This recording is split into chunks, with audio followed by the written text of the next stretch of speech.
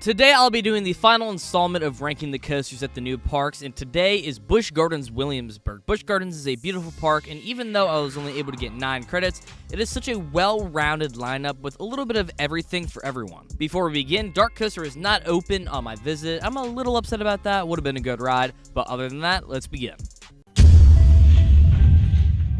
Last place in the park sadly goes to Loch Ness Monster. To be honest, this isn't even that bad of a ride, but it does have some flaws that put it in last place. The obvious is that the transitions suck, being that it's an old arrow. You can feel them on all those turns and even on some of the drops, sadly. Then the loops can be intense, and it's cool that they're interlocking and the only ones left, but they are also very janky and can be very headbangy. The old arrow transitions are just terrible and hold the ride down a lot, but the helixes and theming are pretty good, plus it's over some water, so that's nice too.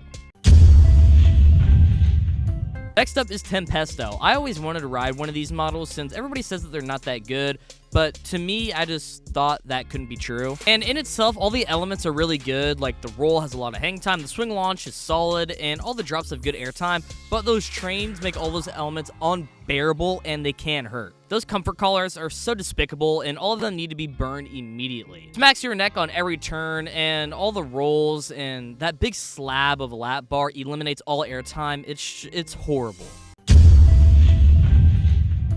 Number 7 is Big Bad Wolf's Revenge. There's nothing wrong with the ride other than that there are better coasters in this park for families, but this one is still solid. Being a under-the-track family coaster is pretty unique nowadays, and the restraints are amazing, like legitimately really good. Then the ride itself is pretty long, and it's even better that there's 2 lift hills to extend that length even more. But it's just a lot of turns and small drops, but there are some nice G's towards the end of the ride. Then the theming touches around the ride are pretty nice too. Looks pretty well, I was hoping for a bigger ride here. 6th place is Invader. I think that this ride is just alright, and I wish it was a bigger model. I know that they made it smaller on purpose so it could be a family coaster, but imagine how much of a better coaster lineup this would have been if they would have had this be a Mystic Timbers type of ride. But other than that, it's just a middle-of-the-pack GCI. The first drop and couple of hills and turns have good airtime and some solid laterals. But for me, the second half just isn't that good. It's a whole lot of turns and laterals filled with movements of that type of stuff and little airtime. I wish there was a little bit more airtime overall, but it's still a solid wooden family coaster.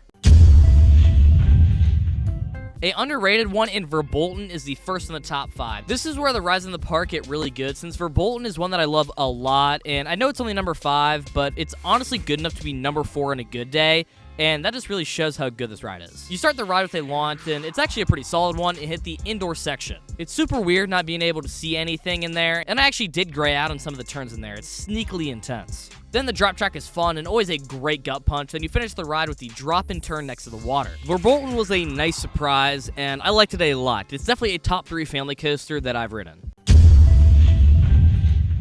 Apollo's Chariot is up next. I gave Apollo's Chariot the slight edge over Verbolten for being more of a thrill ride, but like I said earlier, it's super close. But this ride is the first ever B&M Hyper ever made, and some people like it a lot, and I do like it, but you can really tell that they got a lot better at making these over time, since this is the worst in the model that I've ridden so far. The first drop in the back is pretty solid, and the first couple of hills have some light fluid or airtime to them. Then you hit a pretty intense helix that I gray out on most of the time, and I like it a lot. Then my favorite part of the ride, the ending, have some smaller bunny hills with some of the best air on the ride, and some turns mixed into it. Just some solid airtime and some good size.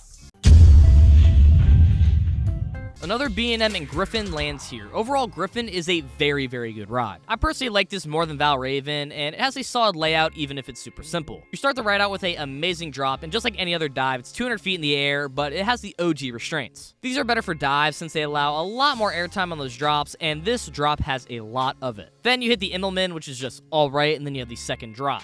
Just like the first one, but just slightly smaller, but still very fun and has that amazing airtime as well. After that, you hit another Immelman, again, just okay, and then a little hill that actually does give a little bit of air, and the splashdown, which is fun, and then you hit the brakes. Griffin has some good drops and is smooth, but I wish that there were some other inversions on this thing, since 2 Immelmans isn't cutting it.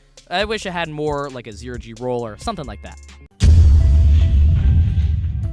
Alpengeist lands at 2nd place. This ride was super close with Griffin, but I decided to give this one the slight edge. This thing just rips through all of its inversions and is a serious contender for the most intense ride that I've ever ridden. The first drop is huge and is almost a hyper invert. Think about that, a hyper invert. Then the first drop, it's just so long, and at the bottom you are piled with G's, and that doesn't stop for basically the entire first half of the ride. The Immelman, loop, and Cobra roll are so intense that my legs were going numb, and I legitimately couldn't feel my legs. It was crazy. Then the second half is not quite as intense, being that the mid-course stops the ride a lot, loses that momentum, but the 0G roll and corkscrew are some solid inversions to finish the ride. The first half is a insane coaster experience and was a bone-crushingly intense experience. Number 1 is Pantheon, the best ride at Busch Gardens, and it's not really a surprise. This ride is just a mix of so many different forces that are all amazing. You start the ride with a quick launch into a 0G roll. This is a very underrated moment on the ride in my opinion, with very good hang time. Then the swing launch is amazing, having RMC level airtime in the middle, and the spike is great. Then the top hat in the back, you are whipped over with amazing ejector. Following that, you hit the outer bank, which is just alright in my opinion. Don't get me wrong, it's solid with some good floater, but it's too drawn out. I would have liked to see some ejector here.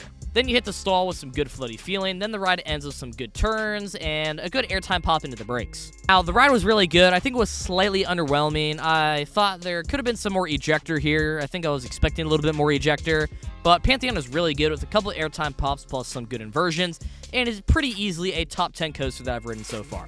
Thanks for watching. Tell me if I got any of the rankings wrong, or what rides you like, or which ones that you don't, but other than that, have a good day.